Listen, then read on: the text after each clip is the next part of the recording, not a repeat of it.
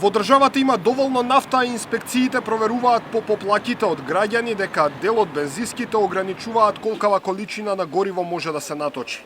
В понеделник се очекува регулаторната комисија за енергетика да донесе одлука за нови цени на дериватите. Премиерот уверува, ако има потреба, ќе реагира и државата. Доколку има драматичен скок на цената, се разбира дека ние како влада веднаш уште во вторник на редовната владена седница ќе интервенираме, имаме неколку опции на располагање, дали ќе намалиме акциза, дали ќе намалиме данок на додадена вредност, така што ние како влада апсолутно ќе застанеме во одбрана на она што представува наш интерес, а тоа е стандардот на граѓани. Мицкоски уверува и дека државните резерви на нафта се на високо ниво.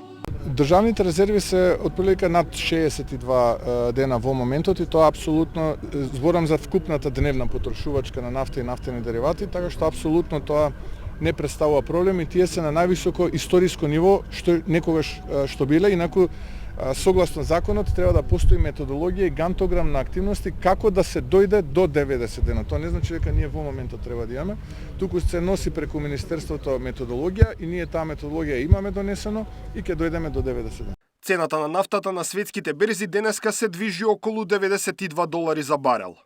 Пред РК е да ја донесе новата одлука, во моментов Македонија има најниски цени на бензинот и нафтата во регионот заедно со Босна и Херцеговина и Бугарија, чии цени се и најниски во Европската унија. Во овој момент цените се највисоки во Грција и Албанија. Меѓутоа, вредно е да се напомене дека последната одлука во Македонија е донесена во понеделникот, кога суровата нафта на бирзите се тргуваше под $80 за барел, а во меѓувреме добар дел од соседните држави ги променија цените. РК во средата го измени и правилникот за да обезбеди сигурност во снабдувањето.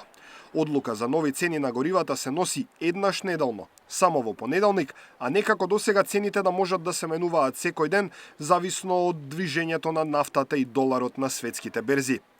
Даниел Василев, Сител телевизија.